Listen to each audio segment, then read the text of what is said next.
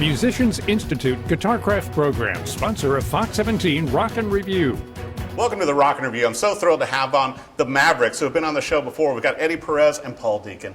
Guys, thanks for coming on. Thanks for having us. Thank you so much. You know, an incredible, within this last month, you guys had the Nashville Symphony shows, 3 nights. Yeah, that was an experience that will not be forgotten for us. And our first time doing a symphony show as the Mavericks. Raul's done them solo in the UK, I believe. We had one other show that got rained out before that in Ohio that we were going to do with the symphony. Right. We got into the second song of rehearsal and the skies opened up. It flooded the field, so we weren't able to do it. So we're like, oh, darn. So we got that close, but this one luckily was indoors, so we didn't have any issues with that. And we had just come off, so 3 nights also. So you got to, kind of get through. We rehearsed the first day with them. Yeah. And then played Thursday, Friday, Saturday night, and it was just, it was a little bit melancholy on Saturday night, knowing that this was our last show with them and doing it. It was really, really an amazing experience. Well, and I'm so sorry I didn't get to catch the show, because you guys are so amazing by yourselves, but much less with the full symphony backing you up. Yeah, exactly. And you were saying too, Paul, that, sometimes Raul will just throw songs at you, and you never know what songs will be next, but you can't do that with the symphony. No, it was a different kind of being on your toes with the symphony, because you have a symphony behind you.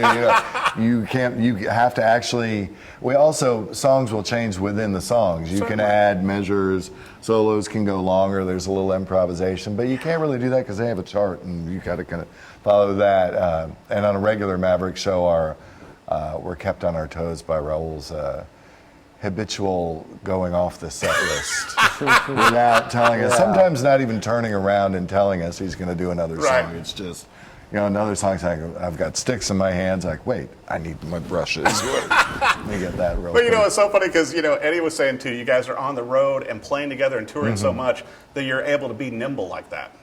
True, Eddie? It's very true, yeah, especially when it comes to making the records. Going into the studio, the luxury that we have is that we're a working band. I mean, we played on an average 100-plus shows a year. Oh, yeah. That's just hard date shows. So to be able to take that, atmosphere and go into the studio, we seem to move real quickly. And I think that goes to the feeling of the records as well. There's a live energy to them, and with this new record, "Hey Merry Christmas" is no exception. It's a fun record. It was fun to make. Yeah. It was quite a task to take on. Try to put our stamp on maybe some new Christmas memories for people, and certainly it is going to be for me. I enjoyed every moment of it. It's so interesting too, Eddie, because I've spent a lot of time with this album, and I highly recommend you buy, download it, however you consume music. Hey Merry Christmas by the Mavericks, out now. It's great for the holidays, but you guys wrote 8 original tracks for this. And so that's a big undertaking, because I assumed when I got the record in, it's like, oh, it's just going to be, covers and all this kind of stuff, but I'm listening, I mean, this is some great music, man. It's kind of like we were talking, Eddie. Some of the songs are a little bit adulty for Christmas, but still fun. Well, listen, naughty but nice. There's something in there for everyone. To me, it was so much fun. Like, the recordings. You guys recorded at Blackbird, and you had the 2 producers with Raul and who's Nico Bolas. Nico, thank you. Yes. And so I can hear every instrument. I can hear like the tubular bells and everything that you were doing. I can hear when you switched to brushes. I'm listening to all your great solos, Eddie, and then Raul's voice just sounds amazing throughout the whole album. It's an amazing place. I mean, we're fortunate to have it in Nashville. We're completely spoiled. When we got back together in 2012, we recorded In Time there. Right. And very much, it's a big studio, and it has good separation and things. So since we are a live band, we prefer to get as much as we can live as opposed to building a track. Right. For the most part, we just go in there and we play, and that's kind of it. Some overdubs, obviously, but that studio is John McBride, Martina's husband, owns that, and I've always said he's a hoarder of really fine things. Vintage microphones. And Beatles stuff. Oh yeah, and Beatles stuff. He has butcher covers all over the place. And when I told him that I used my Singerland kit, John had asked me, and he said, well, bringing the drums to Blackbird is like taking sand to the beach. And he took me in this room, and they had 60 vintage kits. Oh my gosh. 200 snare drums, a wall of cymbals. I was like, Yeah. what are you doing? It's more than it's a Forks drum shop. I was like, my God, you know. And, It's like a drummer's candy and store. microphones are amazing. Right. So it's a really amazing thing. You should do a show on that place. I one day. should. I'm going to have to Go talk in to there. John about it. Yeah. Well, I wanted to bring up, too, that you're playing Gretsch drums now also. I am. They've reissued the Broadcaster series, and that kind of caught my eye. Yeah. And I listened to them as you can now. You can actually go hear drums on a computer. You put headphones on, and they sounded great. So I got those a few years back, and I really, really love them. Well, you know, with the great Christmas album out now, I was going to bring up, you guys have huge things coming up in 2019, 30 years of the Mavericks. What are you going to do with that? I mean, I can't even believe that. Retire? You know? No. So coming up on your 30th anniversary, there's rumors of possibly a documentary or something in the works? Yeah, we've, as a matter of fact, just been talking about this. Somehow, how do we commemorate this time? And we happen to be down in January. We're going to be playing the Mile Zero Festival in Key West, Right. which is cool. And then we're going up to do a show in Miami. So while we're down there, we're like, wow, this is the 30th year, because we started, I think it was December 8th, 1989, if I remember correctly, was our first gig. And so we're going to be down there, and we kind of thought, well, you know what, we could do this as Raul and I, as Eddie hadn't joined the band yet, and Jerry Dale hadn't either, and what we can do it is us taking them around and showing them, hey, here's where we started. And the first place we played was an English pub called Churchill's Hideaway. It was predominantly a punk rock band place, right? Well, it was an English pub in Little Haiti that played punk rock music, and we were playing there. We would do shows there with like Marilyn Manson and stuff like that. That's how the band started. Everything, and we're playing That was country. just And we amazing. were much more. I know it's hard to define what sound we are now, but back then we were very much a country band. Right. That's what we were going for. So yeah, it was interesting. We didn't get any bottles thrown at us. So Well, and you did say, before we came to the studio, Paul, that, you guys did play some lounges and bars that had chain link. Oh, we did, yeah. And in the middle of Florida, there were some of those bars where we're like, wow. And you guys survived it all. Yeah, I know. Yeah. So far. And now you play with the Nashville Symphony and come out with great Right. Christmas albums. But the week before that, we did play. I like that we're a versatile band. It keeps yeah. it fun for us. And the weekend before we did the 3 nights of the Nashville Symphony, we did 3 nights at Green Hall, which is an old Texas dance hall. Right. I mean, not screen in front of you, but an outdoor, indoor kind of a great place. So, and I think that's what keeps it fresh for us. You think so, Eddie? I think so. It's versatility of places.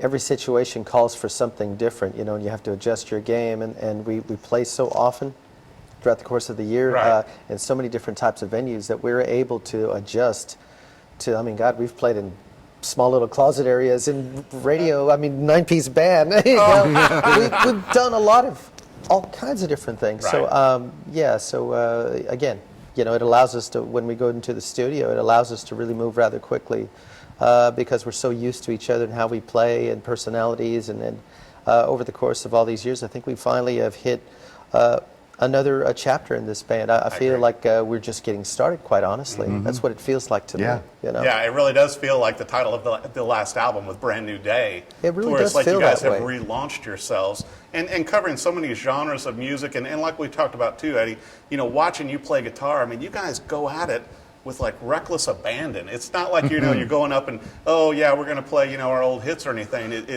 There's an energy. There's no phoning it in. When we decided to get this back together again in 2012, it was a big part of the conversation was, if we're going to do this, we're going to do this right. Yeah. We're going to, do what we always do, try to reach for the stars and see what we come up with. And it has not slowed down. That mindset has not wavered. If anything, we've invested more of ourselves into it. Wow. Now that we're our own label, pretty much our own entity, Right.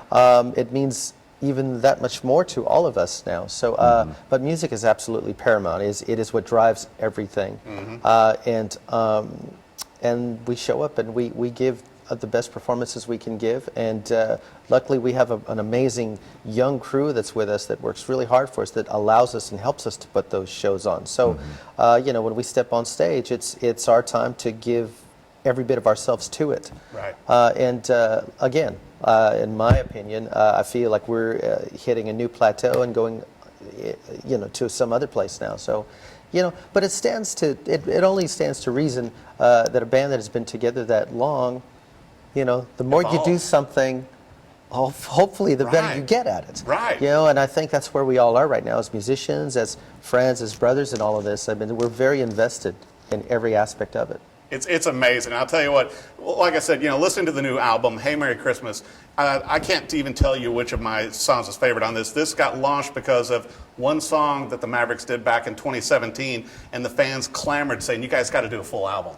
And this is it. And what a fun listen. I mean, because I can see myself playing this while you're moving around the Christmas stuff in the house and getting all set, and, you have the cedar smells and all that. It's just a fun album with incredibly fun artwork also, Eddie. Right. Yes, With one of your friends that does, it's like, it feels like it could be its own show. So it could, it might be part of the documentary in 2019, right? I'm green.